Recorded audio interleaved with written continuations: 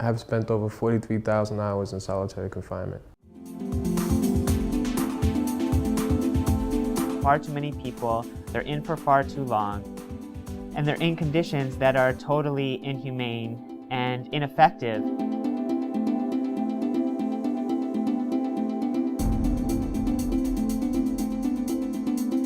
Nothing good is coming from our way of incarcerating. There's not a lot of looking at the individual and what does the individual need. The system's not set up for that. The system's set up to control and punish.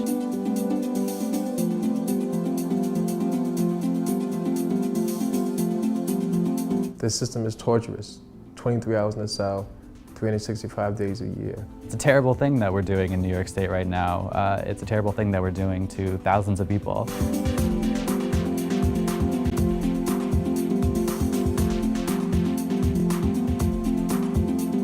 Every day there are around 4,500 people in New York State who are locked in special housing units. 3 t-shirts, 3 boxes, 3 socks. They have no meaningful human interaction or programs. You don't have the opportunity to expand your mind in any state. You're just trapped in a room with only your thoughts.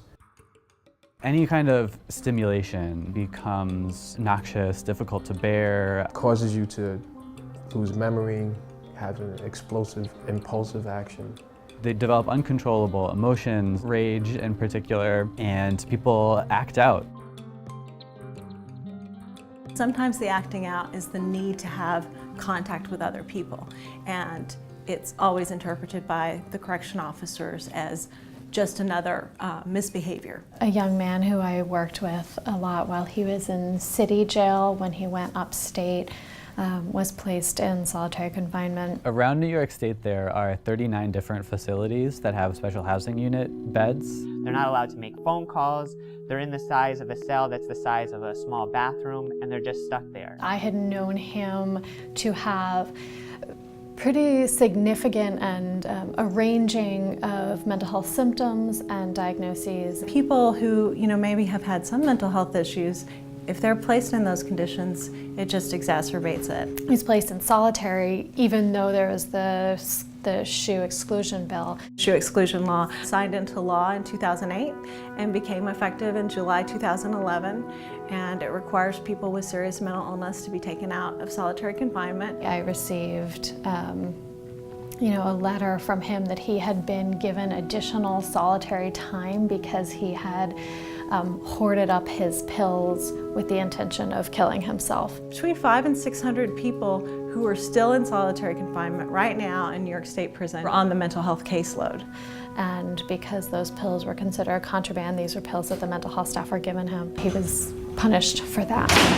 Between 2007 and 2011, New York State issued 75,000 placements that resulted in placing somebody in a special housing unit. 5 out of the 6 sentences that resulted in solitary confinement were for nonviolent conduct. Leaving the mess hall with a pack of sugar. Too many stamps. You're allowed 50 stamps. If you have 51 stamps, that can result in solitary. Having too many pencils in your cell.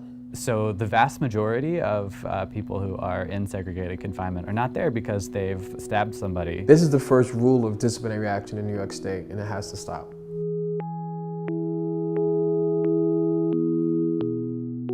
So New York releases a lot of people directly from solitary confinement back to the community, and it doesn't provide treatment, counseling, assistance for people who are making that really difficult transition. They may be coming back to a world that's significantly changed. To then go directly from that box, potentially for the last several years, to going to the middle of New York City with no added support or additional mental health services or programs given to you, it can be devastating.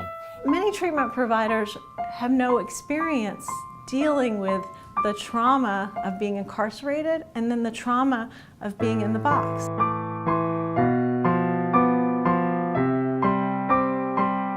CAIC is a campaign for alternatives to isolated confinement, in which we have an accumulation of organizations, nonprofits, grassroots organizations working together to end solitary confinement. We are organizing, we're trying to meet as many people who care about this issue already. We're trying to convince new people to care about about the issue. By changing the laws and by changing these rules and by changing the structure, we're actually trying to change solitary confinement. Our goal is to drastically reduce the number of people who are in segregated confinement. Vulnerable people should not be placed into solitary confinement. Pregnant women. Young people, people with mental health needs. By us changing the rules, we will change the way solitary confinement is considered torturous. We need to drastically reduce the length of time To increase transparency over the system. to fundamentally change how we respond to things that happen inside of prisons and in our communities. No human being should be placed in those conditions for an extended period of time.